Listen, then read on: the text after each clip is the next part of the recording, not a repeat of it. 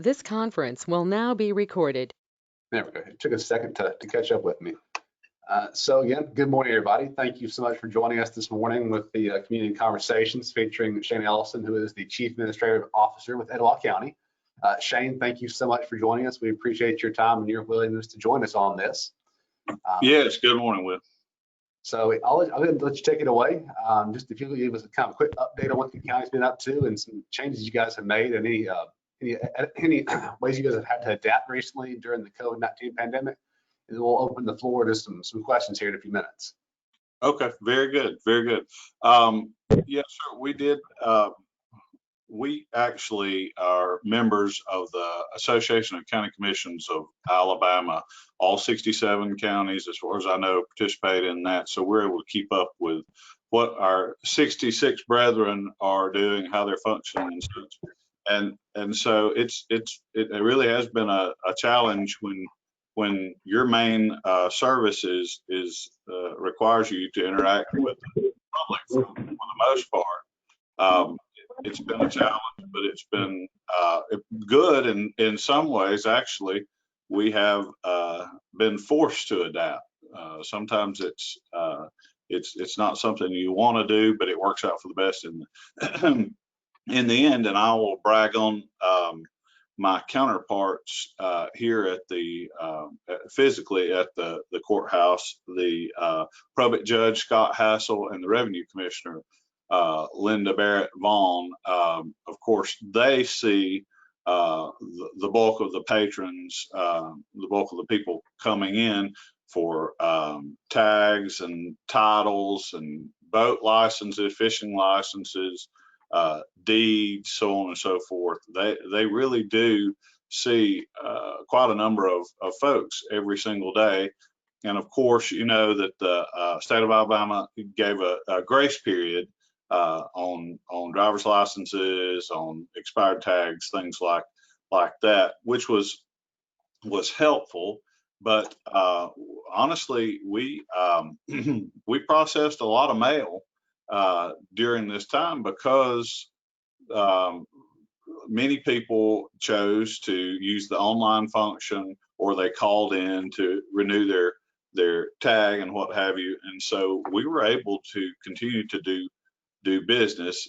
And I guess I should back up and say, in the beginning, of course, we stayed open pretty much as long as we could. And when the governor shut everything down, we did not close. We closed to the public.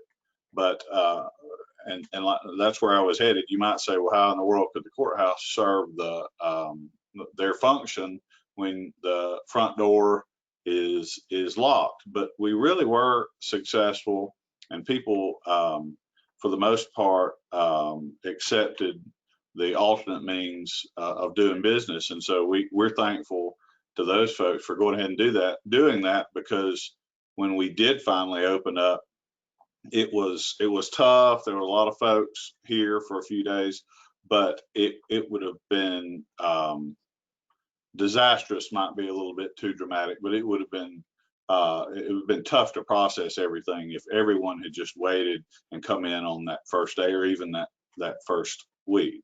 So as you know, we did close to the public, and that went on some 3 weeks, I guess. Time is a little bit fuzzy over the last 2 months. It seems lost its sense of relativity.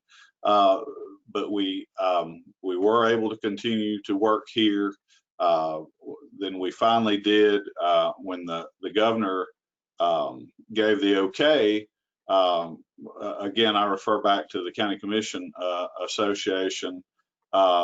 We were kind of leaders in the pack, because we had sat down with the probate judge, with the revenue commissioner, and made the decision on how to open safely. And then and I felt good about that. And the very next day, we had a webinar with the association and found out that we were one of the few courthouses that were going to reopen as quickly as we did, which gave me a little pause. But at the same time, if government truly is an essential service, I along with my counterparts here, didn't feel like the courthouse could remain closed while all these other retail services that weren't necessarily essential according to other folks' definition. Well, they were still reopening. How were we going to sit here and not do our jobs and open up to the public? And the commission felt very strongly about that as well, trying to get reopened to the public just as soon as safely possible. And of course, they've been meeting. Well, I guess that's an opportunity for me to stop and let you ask a question or make a comment, and then I'll kind of go through some more specific details with you. Do we have any questions? No, I don't see on my side. I'm not sure if somebody has submitted anything to Shane yet. Mr. Tang has a question. He's just not asking, and I know. And please do stop me, because I'll just keep talking. But we have had, and honestly, this is a good time for the conversation, because I got a call about 7 o'clock last night, and we had our third confirmed case here in the courthouse.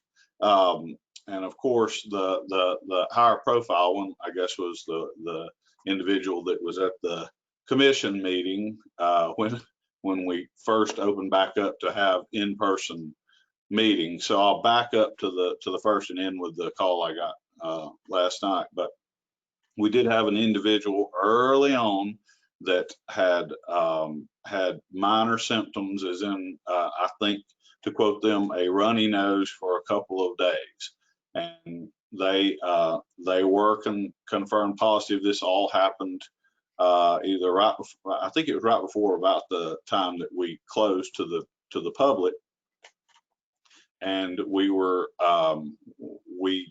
testing was not readily available at that point. So our only option, after consulting with the health department, so on and so forth, was to send those that he or she had been in close contact with, send them home for that 14 days.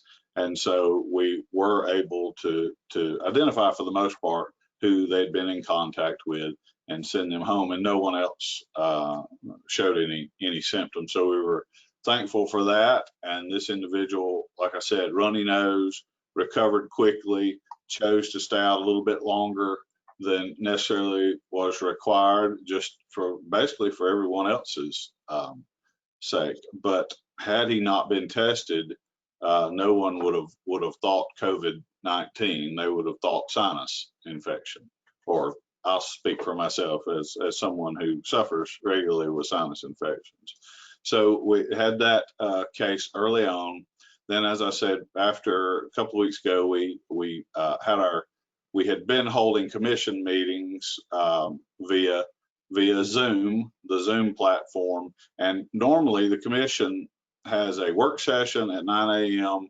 and a meeting at 10 a.m. on the first and third Tuesdays. That's good information in case you ever want to come see us. First and third Tuesdays of the month, they actually have meetings. On the second, fourth, and then if there's a fifth Tuesday, they just have a work session. So it has worked, I don't know how well, but to eliminate the work sessions, if you're just meeting on with the online platform, and to have our Zoom meetings for the first and third, the actual commission meetings. So we've done that, did that a couple of times. It is not the same. They appreciate the in-person interaction, as do I. It has been a challenge to try to discuss things at times that require you to really sit down together and go over the subject, but they've adapted well. And I think, we have a diverse commission in age, so some of them not necessarily early adopters on technology, but they've done a good job. And so that went well. Like I said, we had our first meeting, and of course immediately found out, that was on a Tuesday, the following Monday morning, that we had a positive case. What I learned on that day was that we really know very little in the grand scheme of things, because um, I'm not saying the advice was bad, but I just received conflicting advice as someone who'd been in the same room, along with my counterparts here. We received conflicting advice as far as testing and antibody tests and such. Now, we did, everyone that was in the room was tested, and as far as I know, or at least given the opportunity to test, I'll say that. And they received, to the best of my knowledge, negative test results. So it's just interesting to note that you can be around someone who has no idea that they have it, and you might or might not get sick. So with each occurrence, in my mind, we react with a more measured response, because not that we're used to it by any stretch of the imagination, not that we're taking it lightly, but I guess we're more prepared, and we just know that this is going to be the new normal.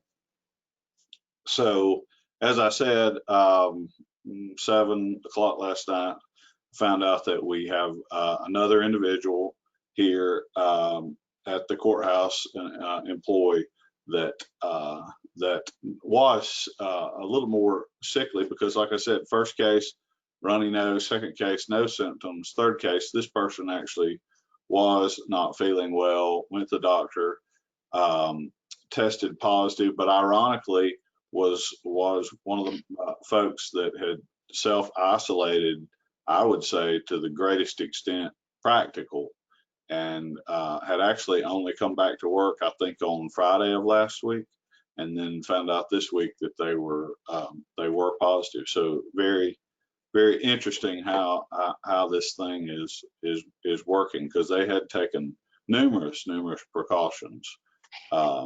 I'll be the first to admit that I have not always done everything that I could, but we are making efforts to really buckle down here at the courthouse. So we will see when this individual can come back to work. Sent their counterparts for testing, or his counterparts for testing this morning, and we'll see what the results are.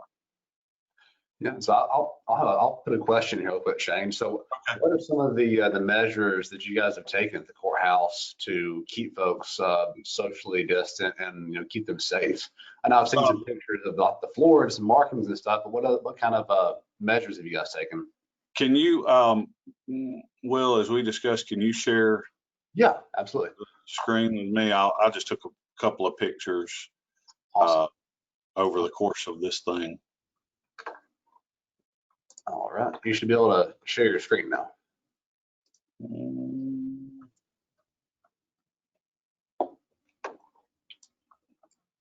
Okay, can you see that? Yes. Everyone see that? I think you should have six pictures there to view. The first one, sorry, it's probably the worst picture, but the most telling, should be top left, was taken out of the I think third story window. I took that on the day that we reopened, and what you see there are several things. In the kind of middle of the photo, the EMA was kind enough to loan us a digital sign to point folks to the right entrance. Just below that, and kind of to the left, is a banner that you can partially make out. It says entrance. It actually says main entrance there. And what we had done, I have learned in my time here that this building was definitely constructed for easy public access. I think we have 2 handicap entrances, and plus an additional 4 entrances that have 3 of the 4 have steps. Actually, all 4. The other one has interior steps. So we made the main entrance right outside my office window here, so that we could only conduct traffic in one direction. And we wanted the largest I guess, lead time that we could manufacture. And so this sent them all the way around the interior of the building down the hall to get where most of them actually needed to go, which was tags and titles. So we did not make markings on the sidewalk outside, but we did that once the individual came inside.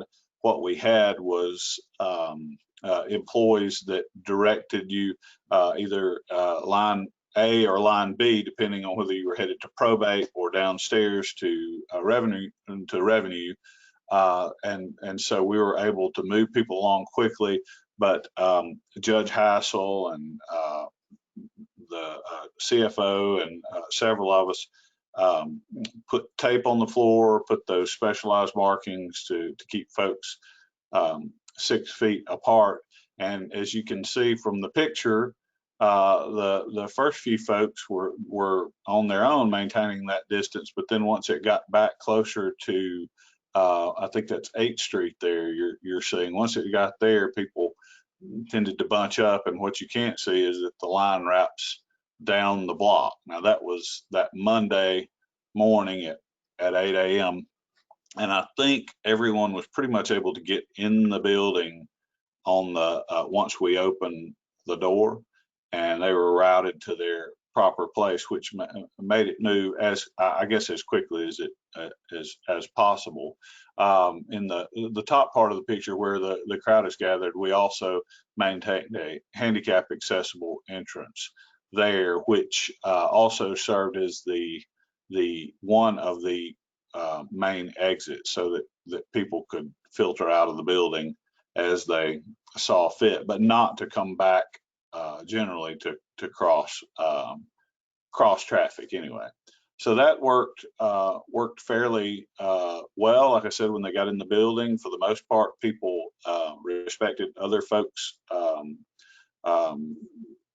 personal space. I only heard of one instance where a young lady told a gentleman that she was going to whoop his rear end if he continued to to get any closer to her. He would not observe her space, but for the most part, everybody handled themselves well, and I think it was not unusual at that point to wait an hour, but that's pretty good considering how long we had been locked down. So at this point, the digital sign has gone away because after about a week, traffic kind of returned to normal. Once you come in, though, all entrances are now open, but once you come in, you still have the separation on the floor and the tape kind of directing you in the right direction. So we're trying to send folks, keep them as safe as we can when they come in. Hand sanitizer on the walls. Of course, the middle sign there, both of these came from EMA, and just general steps on that COVID-19, the red sign, prevention. And you all have probably seen that, but we've got some of those posted and just received more yesterday because common sense is not that common necessarily. So we're going to have to remind people. We've learned in the last couple of weeks, going to have to remind them about these preventative measures. Also, we have these new signs I had not seen until yesterday about hand washing, which is, I think, commonly taught in kindergarten, but maybe I'm missing something. So we're going to remind folks to do that as they enter the building. We would appreciate that for their own safety, for the other patrons, and of course for the employees. Bottom left of your screen is what we see at the commission meeting, and I don't know if you can tell, but there are on the front row there are 3 chairs that are available for seating. 2 of them are marked off for media, and then one of them just has a blue dot on it. Then you skip a row and there's 3 more chairs on that 3rd row, skip another row and 3 more. So we can accommodate approximately 9 in the audience here at the commission meeting in the chambers there. Of course, the little sign that says, please sit on the blue dot, basically, so that we don't have an issue. And then the last photo there is how we've separated. I sit with the commission, how we separated myself and my fellow commissioners. And if you'll note there, we moved 3 to the floor, and there's 3 on the dais, and then there's actually we're short 1. We have 6 commissioners and myself that are seated, so a total of 7. Commissioner Payne has sheltered at home, and he participated via telephone in the one live meeting that we have held. So we'll have to make some accommodations when he returns. I think our next scheduled meeting is June 2nd. We actually have a public hearing, so this will be our first public hearing in these new conditions. So we may actually have to clear individuals that are not interested in the particular subject, and so that we have room for all the folks that may want to comment. So that'll be new and different.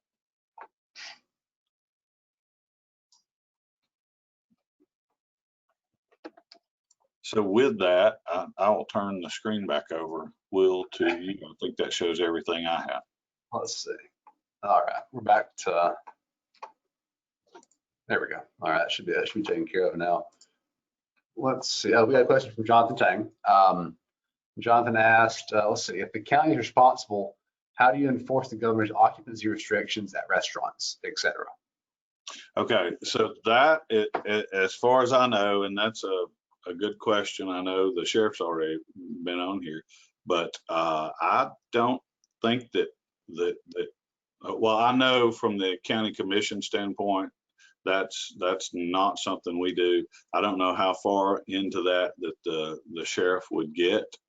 I think it's mostly been left up to local law enforcement. When I say that, Jonathan, I'm talking about cities only.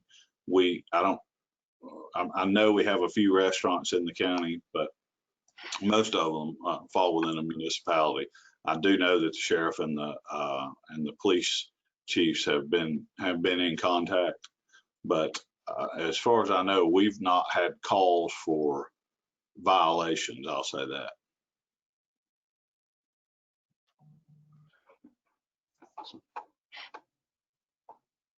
Any questions on your side? Here's this is actually one that was asked for you, Shane, but Jonathan asked it first. How severely economically has the county been impacted? The county is a different animal. Most of you know, I was with the city of Gadsden for over 16 years, and it's just a different animal from a revenue standpoint. City, I'll speak to the city of Gadsden versus Etowah County because that's my experience, but city of Gadsden relies heavily on sales tax and occupational tax.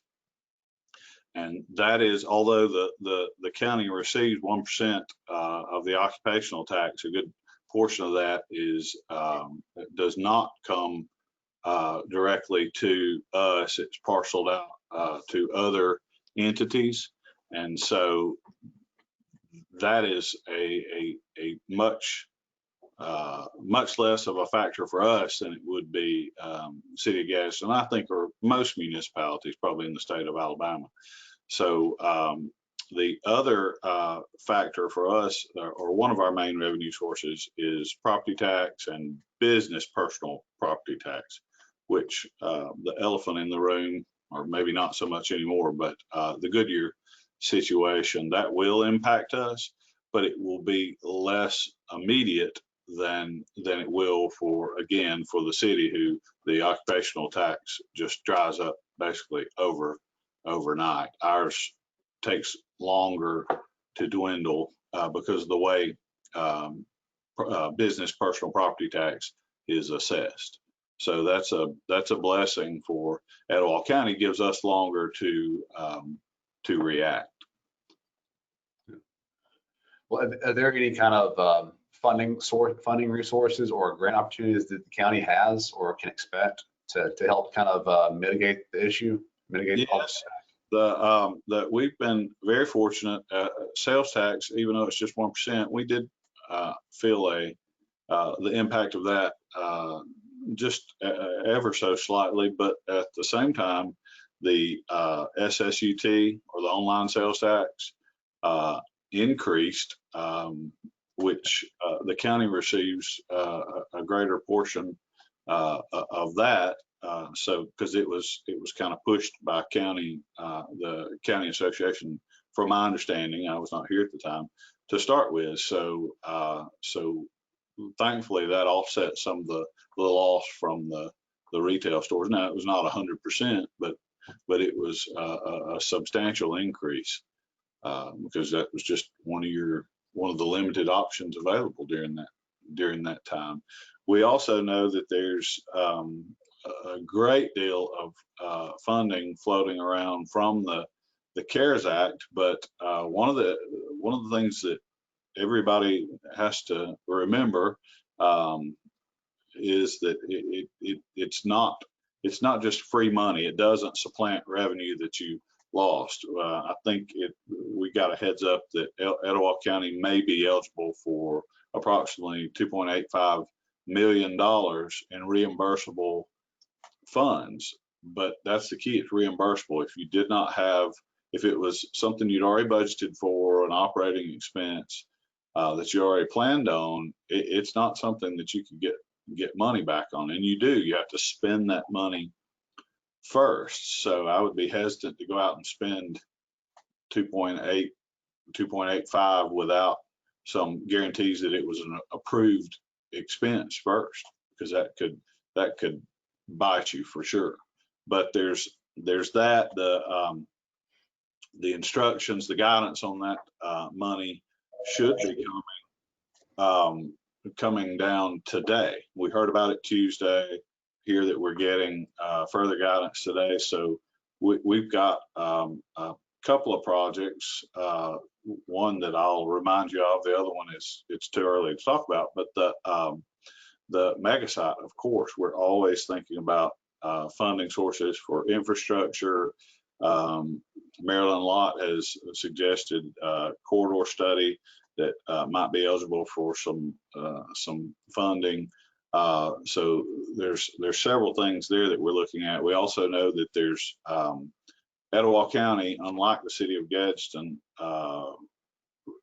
the city receives direct appropriation from through CDBG, Community Development Block Grant, federal funding, and Etowah County does not, and that's not unusual as cities and counties go throughout the state, I don't think, but there may be some CDBG money that we could apply for economic development and for COVID preparation, and we're trying to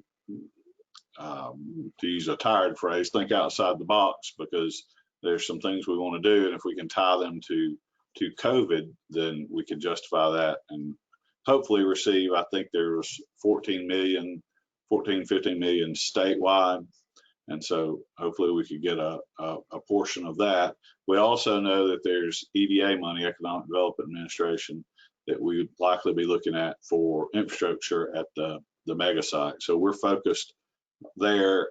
We're already focused there, but then in light of the changing Goodyear's plans, or expediting Goodyear's plans, we're even more laser focused on that project. We had a question pop up too from Emily Carter. Will the county commission be returning to Zoom meetings? If so, is there a way to get on the email list for those links to be able to view those? Yes, we certainly. If you will send me an email, Ellison, SELLISON @etowahcounty.org, I will be more than happy to forward that to Karen, or you can send it directly to Karen, the county clerk, Karen Bates. That's K Bates at etowahcounty.org, KBATES. And she'll, if we do them via Zoom, we always put the link on the what she sends out, the agenda or the notice anyway, so that you can do that, and then we take questions just like you are, Will, in writing. Okay, awesome. Thanks, Shane. Now, the first part of our question, we are scheduled to have or like I said, our first public hearing. It may actually be the first public hearing that I've conducted since I came here in December. So that'll be interesting, but that's on June 2nd, and that would require we are planning, I'll say that, on an in-person meeting. I don't foresee that changing. Awesome, thanks. Had another question from Jonathan.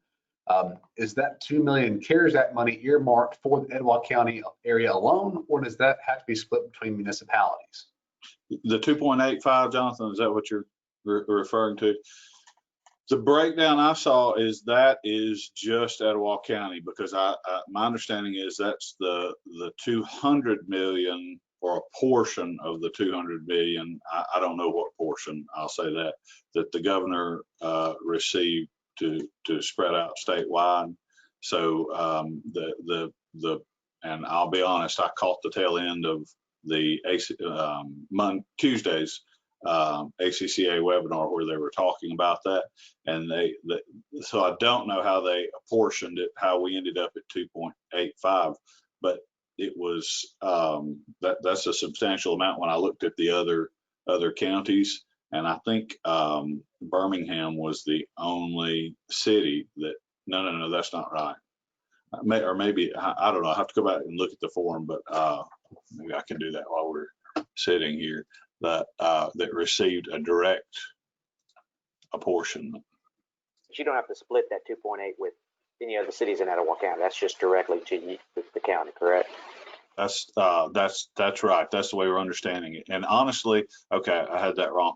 Jefferson County received a direct allocation.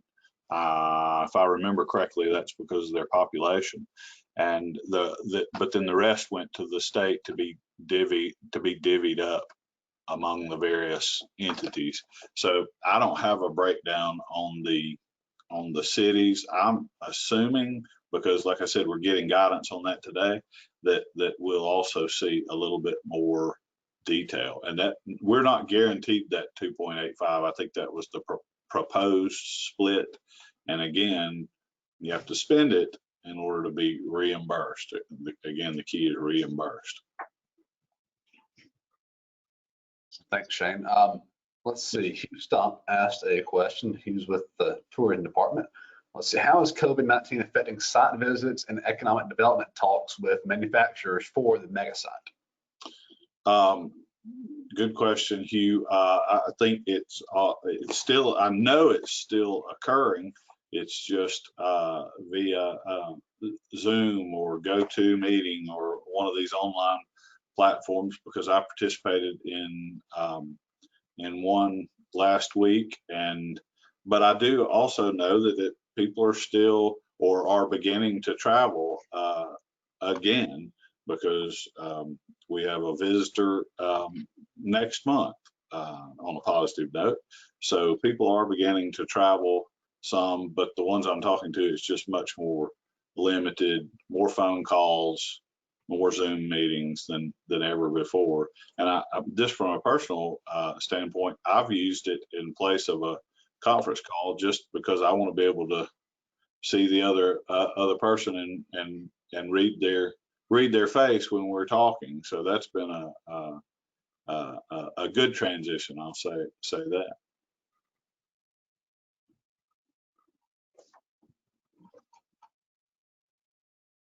Do we have any more questions? Anybody interested?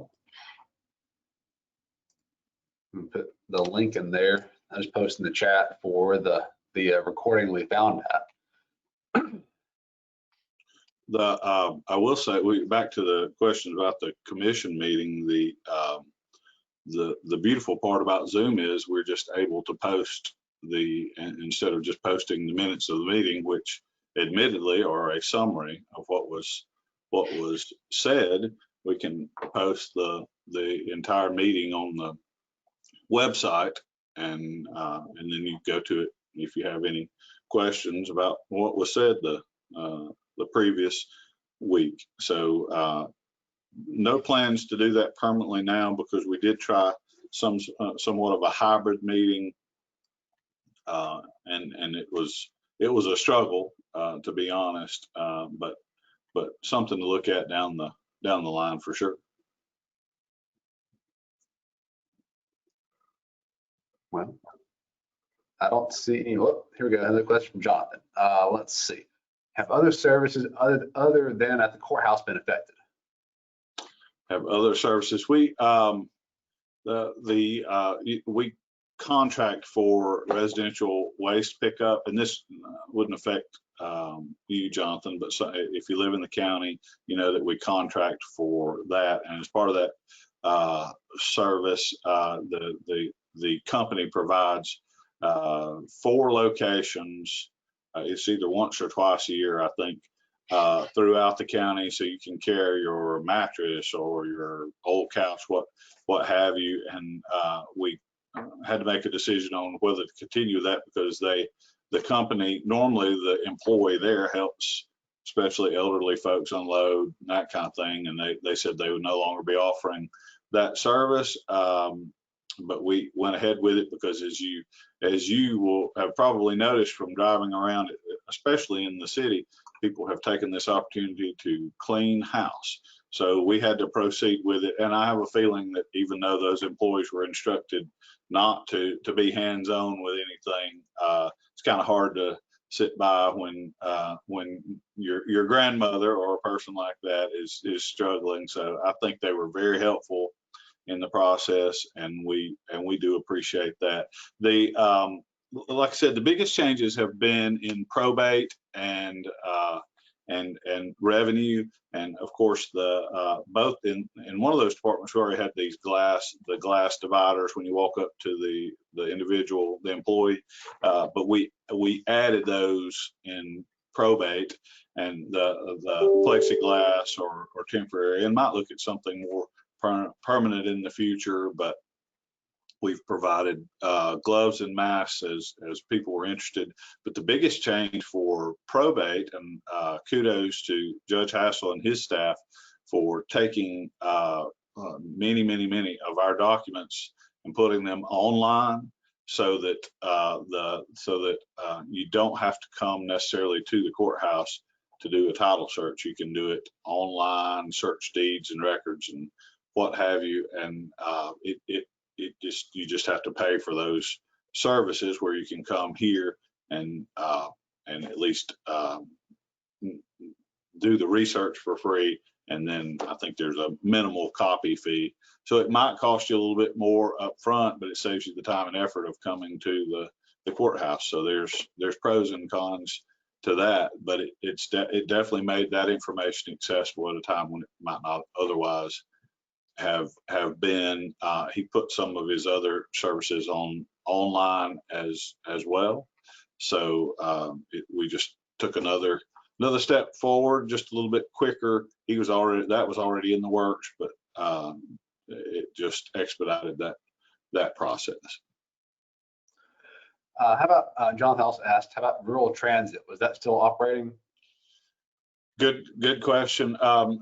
We did shut down for a short time. We tried to stay open as long as we could for essential services, doctor's visits, pharmacy runs, groceries, but we communicated with, because we tend to serve the same people in a recurring manner, and so we were able to communicate with those folks and make sure that they weren't, for the most part, left out on a limb. But we didn't want to overexpose those drivers, so that was shut down for a while. We are back up operating again, back more on the essential side. We made some modifications to the buses with they don't call it plexiglass, but that's what I'll call it, to try to provide some protection for the employees. But that has gone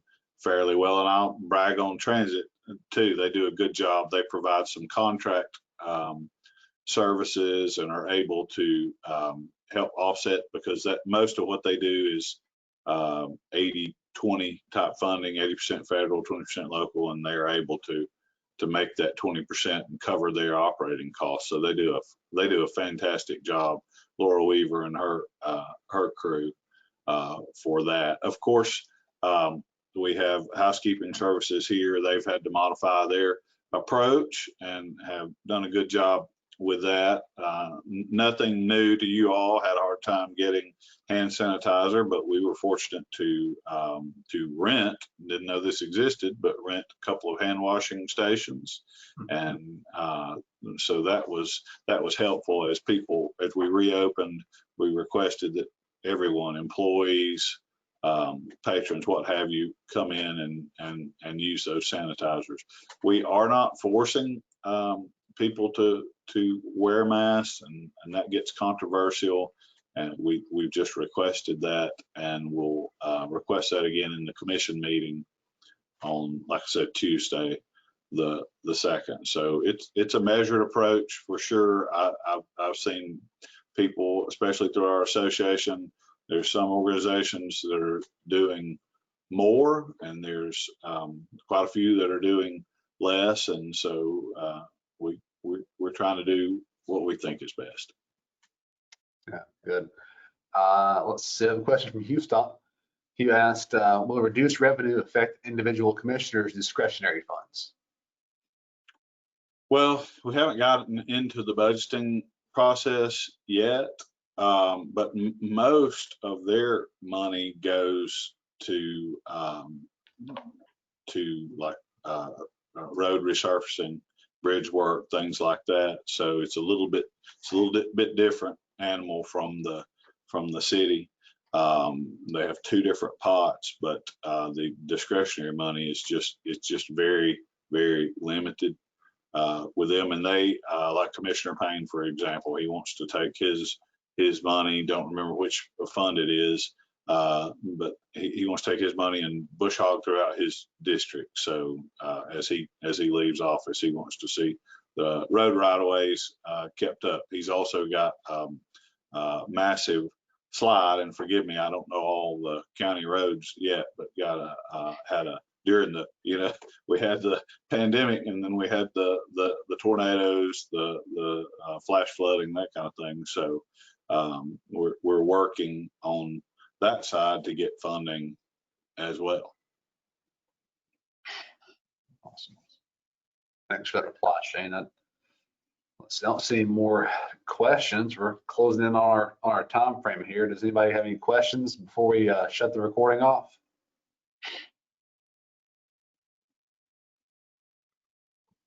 All right, doesn't look like it. So I'll go ahead and get this recording shut off here in just a second. But Shane, thank you so much for joining us this morning. We appreciate you taking the time to join us and just kind of give us an update on the county, what you guys have been up to, and how things have changed for you all and how you're adapting to it. We really appreciate you. For those of you still on the call, the recording can be found later today. I'll have that downloaded and put on our website along with all the other recordings. It's etowahchamber.org/COVID-19. There's no spaces. And turn that recording off really quick. Thank you all.